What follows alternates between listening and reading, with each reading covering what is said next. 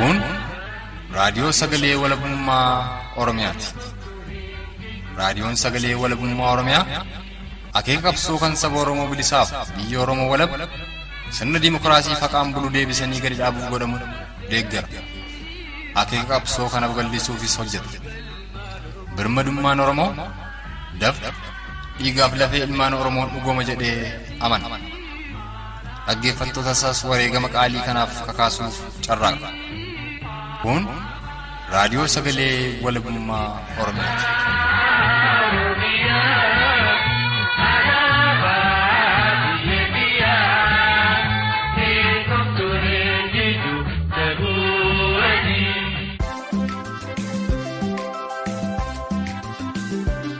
Oolmaan nagaa hordoftootaaf dhaggeeffattoota raadiyoo sagalee walabummaa Oromiyaa jaallatamoo ashamaa kan nagaa sanfuu dheeratiiqii dhugaasaati. Sagantaa tamsaasa kallattii raadiyoo sagalee walabummaa Oromiyaa dilbata adoolessa bultii 18 bara 2021 guyyaa har'aatiif ammoo gara giddugaleessa Oromiyaa lixa shaggar magaala Baakkootti bilbiluudhaan dhimma ajjeechaa suukanneessaa qabsaa Oromoo gabeessaa Obbo Mallasaa Caalaa irratti baatii lamaan kana keessa raawwatee reeffi isaaniis ammoo dhabame ilaalchisuudhaan sagantaa keenya yeroo darbee keessatti gara magaalaa Baakkootti bilbiluudhaan odeessa bicuu arganne bal'ina isaaf kan walitti deebinu ta'uu isinitti dhaammanne addaan baane.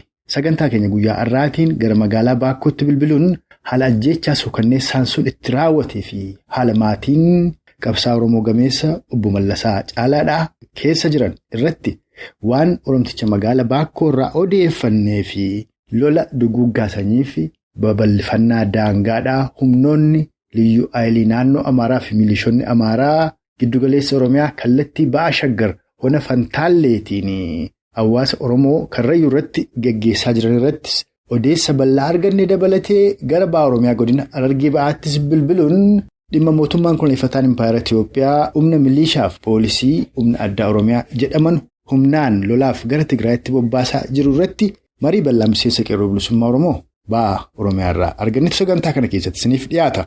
Jalqaba irratti gara giddugaleessa Oromiyaa magaala Baakkootti bilbiluudhaan dhimma ajjeefamuu qabsaa Oromoo gameessa Obbo Mallasaa Caalaa irratti odeeffanne isiniif dhiyeessuun saganticha saaqanna nu faana tura.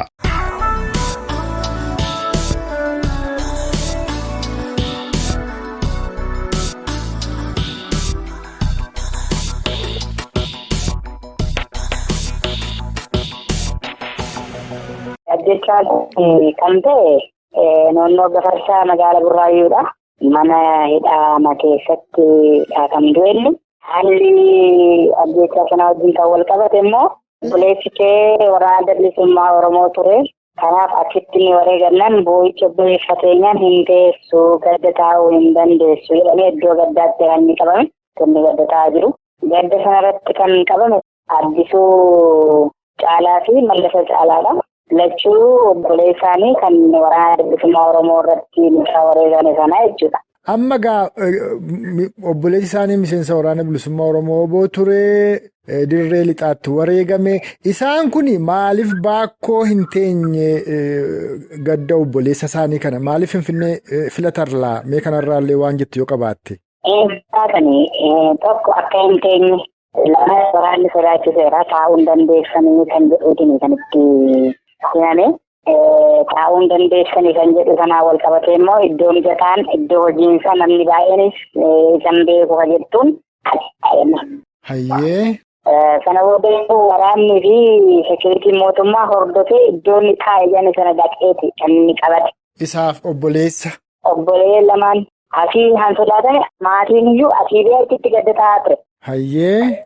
Achitti bobanii deebi'anii booddee gadda taa'uu isaanii infoormeeshinii adda addaa sana booddee deemee qaamni mootummaa iddoo isaan gadda taa'an jiran kan obbolaa lamaanii jechuudha Mallasa Caalaa fi Addisuu Caalaa achitti Burraayyuutti qabaman deeman. Erga qabamanii booddee guyyaa qabame sana miidhaan guddaa irra qaqqabeera jechuudha Mallasa Caalaa.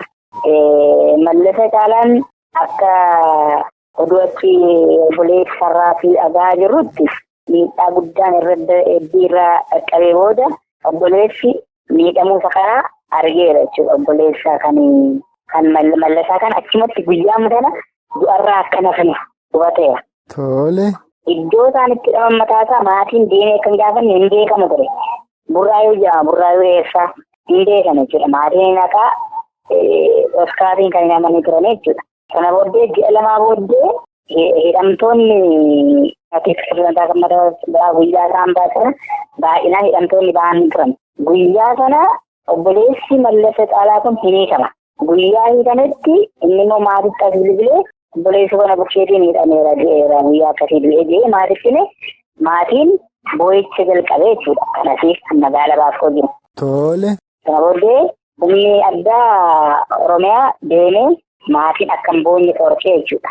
Tole egaa amma obboleessi Mallasaa Caalaadhaa Addisuun guyyaadhuma qabaman sana Mallasaan miidhamuusaa waan argeef egaa lubbuudhaan akka obboleessi isaa hin jirre baatii lama hidhamee erga ba'e booda maatiitti himeera. Haa ta'uti reeffi obboleessi isaa kun argameera takkaa'u reeffi Mallasaa Caalaa argameera moo maatiin amma callisaniidhuma kan isaan bu'an torbee darbe kana? Gurbaa obboleessi Addisuun gadhiifamee maatitti hime. Malee reeffi hin argamne agammaattuu? Reeffi hin jiru. Reeffa maalti jira? Addisuun sun ji'a lamaa booddee hidhamee gaafa ba'u maatitti hime. Reeffa jiree reeffa hin jiru. Maatiin reeffa argatee dhaalaallanne. Tole meeqa gara booddeetti deebinee seenaa tokko yaadanna baatiidhuma lamaan kana dura giddugaleessuma Oromiyaa magaalaa Finfinnee naannoo mana hidhaa Saansus gaararra ka jiru dugda duubatti reeffi namoota 3 gatamee du'aan argameera jedhama. Yeroo itti Mallasaa Caalaa fi Addisuu Caalaadhaa butamanii achi buuteen dhabame immoo tooruma sana tarii warra san keessa ta'innaa dhimma sana odeessa qabda laataa? Odeessa kana hidhamuu isaatii dura wanta hin beekne qabu ture. Iddiin hidhame jedhan immoo anis biyyan turre wanta hin beekne qabu. Hayyeegaa alal ajjeechaan akkasii kun hedduudha. Oromoonni hedduun ni qabamu malee hin ba'anii hidhamanii mana hidhaa garaagaraatti mana hidhaa tokko kan biraatti dabarfamu. Namoota hedduutu obbolaa isaanii ijoollee isaanii takkaa'u abbaa isaanii dhabee agammaattu iyyaafachaa jira. Akkuma waliin quba qabnu ammoo giddugaleessa Oromiyaa onoota lixa shaggar garaagaraa keessa dabalate akkuma guutuu Oromiyaattu namni mana hidhaati baafamee ajjeefamee reeffi bakkeetti argama. Dhiyeenya kana maaltu jira gara lixa shaggar kana? Hayyee amma biyyaatti kan wal qabate akkuma guutuu Oromiyaatti hidhaan jira. Hidhaa kana amma abbaatii hin beektu. Halkanuma dhufeefi qabaa ajaja mana murtii hin qabu. Akkanumaan dhufeefiidha. Hidhaan sun immoo adaraa maan teesse jechuudha. Naasaayya malee namni maqaatee gaafatu hin jiru. Baay'ee jira amma. Baay'eegaa kan nama dhibu tokko akka lixa shaggar kanatti honni baakkoodhaa iddoodhuma seena qabeessa qabsaa'ota Oromoo hedduutti keessaa akkasumas kan wareegaman hedduudha. Qabsaa'ota Oromoodhaa egeree Oromoof Oromiyaaf abdii ta'an ijoollee Oromoo dargaggoota ol adeemoo akkuma guutuu Oromiyaattu wareegaman keessaa kan maqaan isaa durummaadhaan ka'u Dilbii Mararaati. Dilbii Mararaa kan ajjeesise abbaa buddeenii isaatis jedhama. Dhimmi ajjeechaa Dilbii irratti raawwate suni attam ta'ee hafee mee waan sanarraa waan gabaabaa nuu himi dabalataan dhaamsallee yoo qabaatte akka dhaammattuun asumaan hireessii kenna. Hayyee hidhaa wajjin kan wal qabatu dura fi ibseeni akka ona baakkootti waraanni kan socho'aa ture naannoo Tiddee keessa socho'aa ture. Waraanni bilisummaa Oromoo. Naannoo sana wajjin kan wal qabatu hojjettoota Waaliqoo nama 3 olti qabamee jira. Yoo xinnaatti ji'a 3 ol hidhamaniiru ijoolleen kun. Ijoolleen kun hojjettoota magaalaa keessa jiraatu maal gootan jedhaniitu qabanii hidhan warra kana? Deeggartuu loojistikii gargaartu nyaata bishaan dhugaatii kana sintu geessa achitti sintu qallaba jedhamanii ijoolleen kun hidhamanii maatiin irra maal godhanii gaafa jedhanillee shanee qallabduu kan jedhamanii ijoolleen hidhamanii amma yoona magaalaa Baakkootti hidhamanii jiru jechuudha. Poolis qabaa Baakkoon achiitii amma baadiyyaa keessaatii baay'inaan hidhamaniiru kan kana wajjin kan wal qabatu. Hayyee. Gara ajjeechaa Dilbiitti yeroo deebi'u immoo Dilbiin erga du'ee wanti jedhameef hin jiru qaamni furmaata laatus kan ajjeese hin beekamu jedha. Garuu kan ajjeese waraana humna addaa poolisiiti. Poolisii Oromiyaatti kan ajjeese akkuma ta'e maqaa yaamteetta. Kana wajjin kan wal qabatu wanti haaraa amma yoonaa isaan nuti jedhu garuu kan konkolaataa isaaniin naannoo Irshaa Mirmirisa jedhamu sanatti kan gate isaan mataa isaaniiti jechuudha. Yoon hin dogoggorree abbaan buddeenaa Dilbii kantiibaa magaalaa Baakkoo akka turedha. Yeroo sanatti warra kana wajjin qindeessee ajjeesee ammoo an obboleessa isaatii hiriyyaa isaa dubbisuu gadi ba'ee tuddu'e kan jedhes immoo isuman si'a miidiyaa irratti. Mucaan wajjin ture sun mataa isaa amma ergamaa piippii ta'ee jira. Mucaan Malkaamuu Addunyaa kan jedhan sun kan Dilbii wajjin ture amma inni heddii akkas ta'eeti amma buufata konkolaataatti qacaramee jedhama mucaan kun wajjin ture.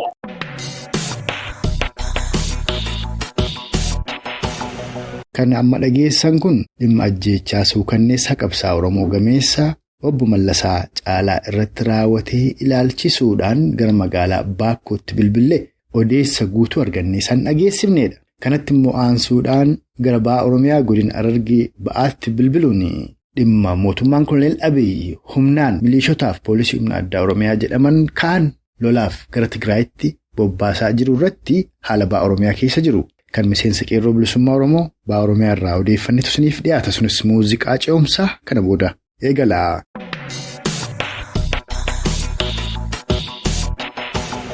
Mootummaan Koloneel Abiyyi warra Tigraayitti duulee erga loltoonni isaa rukutamanii Tigraayin gadhiisanii baqatanii booda deebi'aniitu kutaalee Oromiyaa garaagaraa keessaa milishotaa fi dabalataan poolisii humna addaa Oromiyaa jedhan kaanii gara Tigraayitti guuraadha jiranii Amaaraaf ergisanii ilmaan Oromoo achitti fichisiisaa jiran warri kun maallaqaan sobaniis haa ta'u wallaalaanis deemaa jira gara nama 10,000 erguu isaanii himu. Kana keessa ammoo hedduun ka deemaa jiru godina Harargee Lixaabbaa akkasumas giddugaleessa Oromiyaatti jedhama. Godina Harargee baadha naannoo Angaggoo kana bakka leenjii poolisaa takkaa'uu waraanaa milishaatu jira achitti walitti qabanii achii fe'uu jedhu.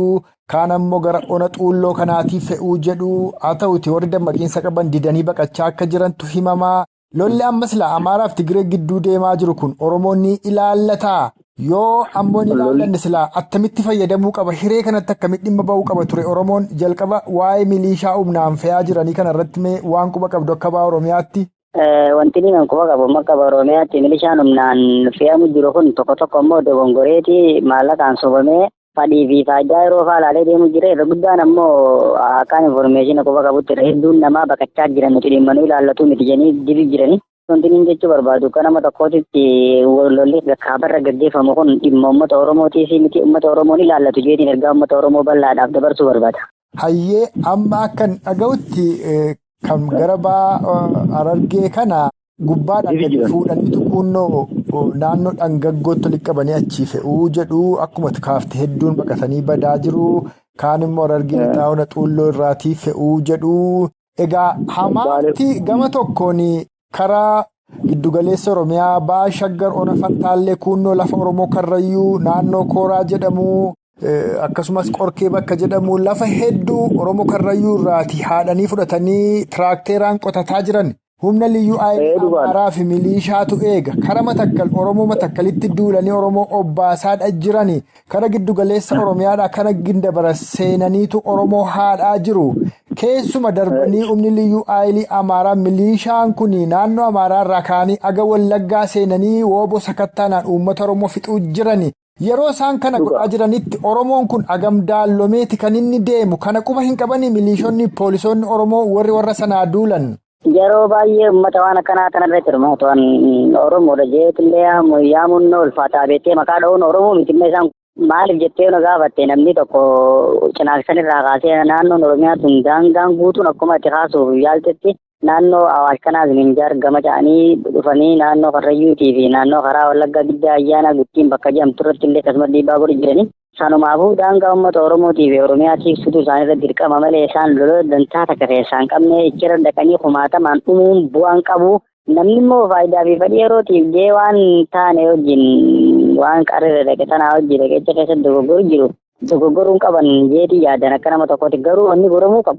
Wanni nuti godhuu qabnu akka nama tokko mataa irraa eegalee hubannoo hawaasa hubachiisuu qabna. Sanaan alatti namoota immoo hojjetanii waan kanarratti hirmaata jiran dogoggora seenaa amma dura akkaataan Oromootti cabsaa turan saala kana sobanii gantuu uummata ofiitii fi bilisiginnaa irraa tanaatu waan kana raawwachaa turu jira beete harka isaanii harka mootummaa Oromooti janiiti wayyaanee maroo jiran tanaas waggaa 27 warri harkaan deemee ganda keessa uummata fixee fichisiisaa ture jira kana. Amma immoo deebi'anii maqaa jijjiirratanii okkidiyoo dur bilisiginnaa irraa ta'anii maqaa baafatanii maqaa jijjiirrachuudhaan ittoo jijjiiruuf danfimii hawwatee iddoo jijjiiruuf uummata burjaajeessu jiranii burjaajii kanarraa uummanni keenya booda deebi'ee yoo barbaachisaa taate yoo dabalamuu qabaniin jala gara jechuudha. Warri amma deemaa jiran kun kana dura isa warruma qeerroof qarree ajjeesaa turanidha.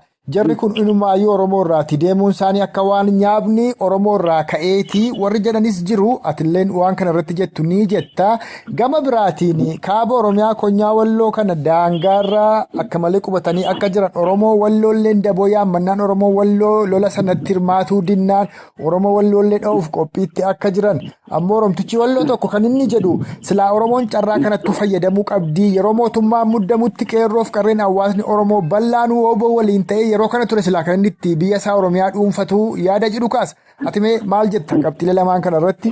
Qabxiilee lamaan kanarra wanni guyyaanni gurbaa Oromtichi walloo kaasisan yaada uummata Oromoo hunda keessaa calaqqisiifamee kaamuu qabu qabxii guddoo qabxii ijoo waan uummanni Oromoo dabalatee uummata Oromoo yaadachiisee hin jaanka akka nama tokkootti. Qabxii ishii lamadaa kanarraa immoo daangaa Oromiyaa weerarra jiru sun yeroo ammaa kanatti wanni uummanni godhuu qabu. Wabootti dabalamanii waboo gargaaruu qabanii jaan karama hundaanuu. Ta'ee garuu immoo ilaalcha ofii sirreeffachuun barbaachisaan jaan akka nama tokkootti Oromoon gowwoomaa ol waggaa 150 rakkanne Oromiyaa teenya ta'aa walabumtee ijaarrachuudhaaf booda deebii hin qabnu jechuudha. Waa'ee walabummaa erga kaaftee dhimma galma qabsoo bilisummaa Oromoo irrattillee arras irra deebinee hawaasa Oromoo yaadachiifna akka miseensa qeerroo bilisummaa Oromoo baha Oromiyaatti maaliif aarsaa baasaa turtan maaliif aarsaa baasaa jirtu kan rakkoo Oromoof Oromiyaa furu maali galmi qabsoo bilisummaa Oromoo eessa isa jedhu irratti mee yaada kennuu qoodi.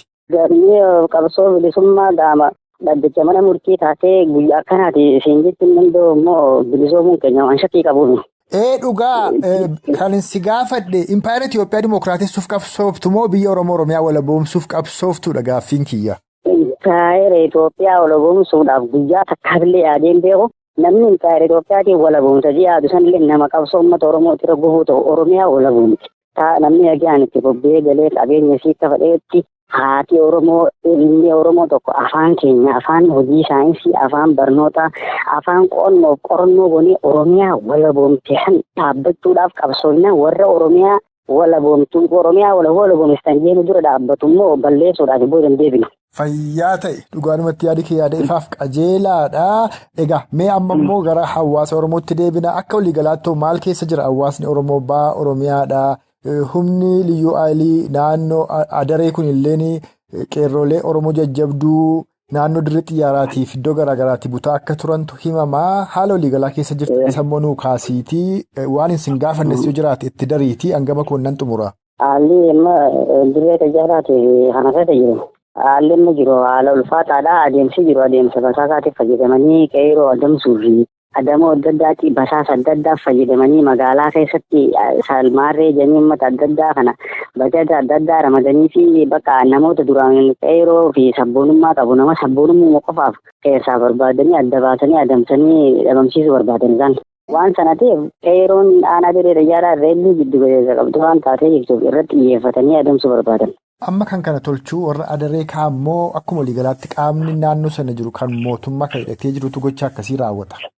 Warruma ofiidiyoo dullatti dursan kaammoo badhaadhinee fi hinjuu kanaatu haala kana raawwata malee warree adaree waan tan iddoo harka isaan qabanii irreeddii warri irratti xiyyeeffatee namoota sabboonummaa qabanii fi namoota tokko tokko adamsuu barbaadan uummata dur uummata keenya wanjara warra kaabaa kanaa wajjin deemee uummata keenya tokko tokko manarra deemee adamsaa turisaniitu har'aas waan san lammeessuudhaaf uummata adamsaa jira. Kanuma hundaa uummanni keenya Oromoo karaa afur shawwadanni shaneessaa waan adda addaatiin mootummaa Oromummaa reetti mirrummaa reetti jedhanii uummata sobduu ergamaa kana ergamtoota uummata goobanaa daakee kana dhabamsiifnee tokko taanee tokkummaa waan hundaaf furmaata walabummaa dhugaasan jechuudha. Qeerroo nama Yuusufii maratanii jedhamu torbee sadii jiree jedhamee ji'aaf deema Oromummaa isaa qofaaf waan takka kan balleessin maqaa adda addaa nama farrajanii taa'ee san keessa waan hin taane namaa buusanii nama burjaajeessuun amala isaaniiti. Burjaajii kana nuti obsinee jennee dabarfannee cimnee tokko taanee irraa fakkeenyee walaboomnee tokko taanee jiraachuu qabnaan jennuuti takka saba tokko addunyaa kanarra beekamuu qaba. Qabsoo namni abiirri nuti hin jirtu nuti cimnee tokko taanee walaboomnee namni abiillee nama tokko ta'ee cimee jabaatee firraa ittisa kategoorii kun fakkeenya isaanii ta'uu qaba. dhaamsa tokkoon dabaluu barbaade xumura kanarra cadhanaa milatta. Eeyyee dhaammadhu. Uummata Oromoo haa waraana kaabaa haa ilaalan diinni keenya haa waggaa 130 musaamaa turee fi waggaa 30 musaamaa ture irra wal dha'u jiru kanarratti Oromoon kaayyoo fi bu'aa takkaa hojjetaan harkattuu diina keenya lamaanii wal dha'u jira warra dur nusaamee nusaamseen jeeseen fiqee wal dha'u jira ichirratti hirmaachuun qabanii akka Oromoo tokkoon dhaamsinii nama sanii dabaruu barbaadu ilmaan keessanirra alaa haftanii duutanii bu'aa takka wanni Tigraay fi iddoo barbaadanii jirtu nagayaan ta'a yoo qabsoo barbaadan waraana bilisummaa Oromoo dabalamaa Oromiyaa walaboomte dhaabbaddaa jechuun hin barbaadu.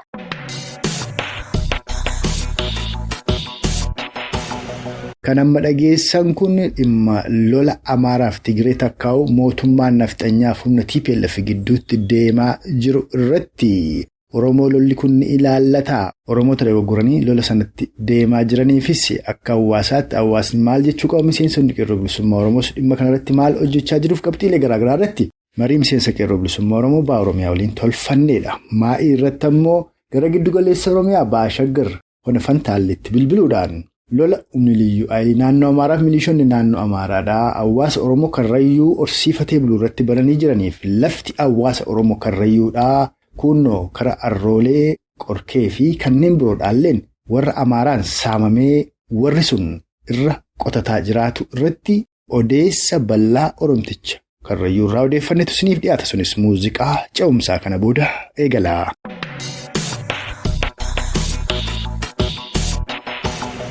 Yeroo ammaa Oromoota Karrayyuu irratti lolatu banamee jira jedhama. Achuma Karrayyuu kee naannoo Qorkeetti Kooraatti torbee darbe kee Oromtichi Karrayyuu tokkollee wareegameera jedhu kanan sinirraa odeeffadhee Oromoo dhageessisa jedheen sinii bilbile.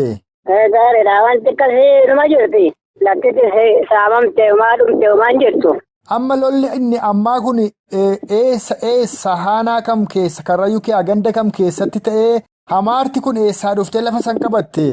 Amaari gaaruu har'a jirti karaa gaararra jirti beektaa isiin gaaratti akkatti jirra amma gaarii sobaa ijaamu gaara sobaa ijaamutu dhufa achumarraa gaalafa saamti keenya lafti dakaa beekta kooraa kajaamulleen borbor kajaamulleen asiin karaa irraan buutee asiin karaa uwee jaroo dirrisaa kun hunduu lafa araddaa teenya lafa nuti irratti dhalanne.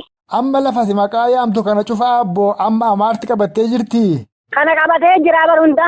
Ammoo dabalataan daandii Finfinnee gara Jibuutii geessu daandii irra qabattee kaambii ijaarrattee jirtillee jedhani mee san irraa nu himi. Asin karaa Qorkee illee qabatte gaa Qorkee qabatee asfaaltii gamana qabatee abra godaanaa ja'ani. Tole. Asin karaa iddollee qorqoorroo irratti dha'ee boorataan immoo lafaa saamu boorataa 20-30 gaa bakka nutti as fide gaa nuti bara horiin karaa bobba'u qabu. Tole. Horii silaalee bobba'ee marra dheedaamati magaalaadhaa cidhiitti binnaa waan jiru horii ni qallamnaa nama ni qallamnaa horiin sodaa karaa bobba'uun qabu. Hayyee. Rakkoon nuti keessa jiru kanaagaa hoo waaqa tokkicha taate malee hoo lamatti iyyannu dhabneetuma ifirraa teenya waan biraa hin qabnu hoo asiin achi bobba'e horiin ni saamamaa qawween ni dhamti bakka rakkoo akkanaatti biyyatti jira gaalatti saamamaa jirti. Horiin karaa bobba'u qabu magaalarraa cidhiitti binna'ee fogonarraa haga ammatti. Maqaa investimentiin lafti guddaan lafti Karrayyuu abbootii qabeenyaa Amaaraaf kenname ka qabeenya abbootii qabeenyaa Amaaraa eegummoo milishaa Amaaraati. Milishaa Amaaraa kan ammoo ka gargaaru mootummaadhuma Koloneel Abiyyi jedhama. Mee waan sana bal'ina isaa nuu himi. Sunis rakkoodha. Akkuma kanatti amma nuti karaa Qorkee kana beektaa yeroo kararra amma deemnu. Asiin karaa dama waggaa deemnu milishaan amma karaa kana eegu kalafa ammas bororaadhaa tokko bootaa maxaranii qonna jallafa Karrayyuu keessa bootaa sanillee hundaa ka eegu milishaa Amaarati. Kana gaa waggaa silaa wanti adda addaa balaan kaate hogguma san dhufee seera qotuu kara jaraa dubbata. Warri federaalaa warri Koloneel Abiyyi. Warri akkasuma nuti meeshuma naqataa akkaataa addaan hin beeknu gaa hojii ilaalle mootummaa nutti fakkaataa garaagarummaa isaa keessa hin beekne. Garuu Amaar. Amma warri kun gocha akkasii kana gaa durumaa duula geggeessaa turan Oromoo Karrayyuu irratti akkuma kutaa Oromiyaa garaagaraa geggeessan kaammaa kun yoomii as kasiin akkasii jabaatte. Hoggaaf deema amma. Erga warri humna guddaan qubatanii. Yeroo duraa amma iddoo sana akkamitti qubatan jee. Haaya. Nama lafa hin qabne dargaggoo asitti waldaan jaarree maaluma jedhaniituma qubatan. Kana eefa qubatanii booda bakka kara garaa irratti wal ijaaranii bakka waan jiru. Iddoo jechuun lafa nuti irratti dhalannee beeke. Achii kaana anuu achitti hin dhalan. Jalqaba waldaadhaan jaaraa ammallee dargaggoo hojii hin qabne qubsiifnaa waan jedhaa kana eenyu ka dubbii kanaan dhufe jalqaba warra Oromiyaa kana moo akkamitti naannoo biraa dhufanii achi qubatuu danda'an? Ani bakkeen tuni keessa naadifne sashi amanni amata 2-3 akkana hin gaanatti fakkaata. Erguma Koloneel Abiyyi mootummaan Biltsiginnaa jedhan kun aangootti dhufe asii? Dhiyoo. Qorqoorroon cufatan amma lafa san qorqoorroon cufatanii amma sanii asi. Lafa funyaan boora jedhamu. Lafa iddoo sarte jedhamu. Lafa funyaan waangayyoo jedhamu. Kana qonnaan baritti dhufee boorataan qotu boorataa 20 kanaa saamaa jiraa bar. Haroora shaka jedhamu. Konkolaataa boorataa 20 kanaan qota kanaa saamaa jiraa bar.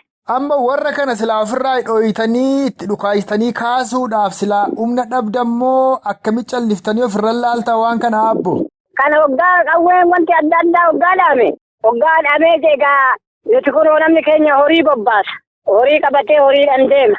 Nama immoo horiidhaan deemu kana gaa nama wannoo horii tiffatuudhaa deemu kana eeganii gaadhaa san ajjeesanii horii sani soofatan. Gargaarsa gaa humna duubaa wanta adda addaa hin qabnu gaa. Wanti nuti qabnus isinis ni beektanii meeshaa ulfaatee baay'ee nama miidhuu hin qabnu. Isaan immoo nama gargaaru qabanii meeshaa adda addaa qabanii nama duubaa gargaaru qaban waan hundaa waan barbaachisaa ta'e meeshaa ulfaataa qabanii rakkoon jiru bara rakkoo akkanaati.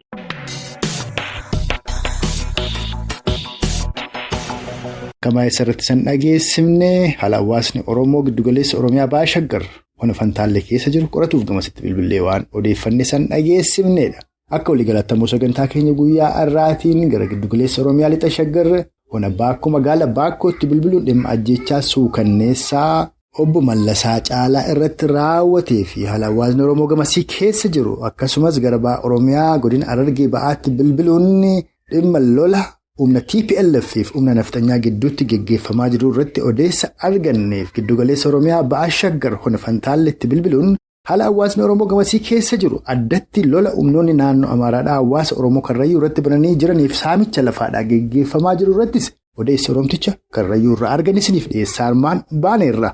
Isaan dhaggeeffattoonni keenyas turtii qaataa ilaammaatti nu faana qabaataniif horaa bulaasaniin jecha kanarraaf qindeeffanne arma irratti obbaafneerra. Hanga sagantaa keenya yeroo itti aanu walitti deebinutti uumaan nama borii ni tolchinna.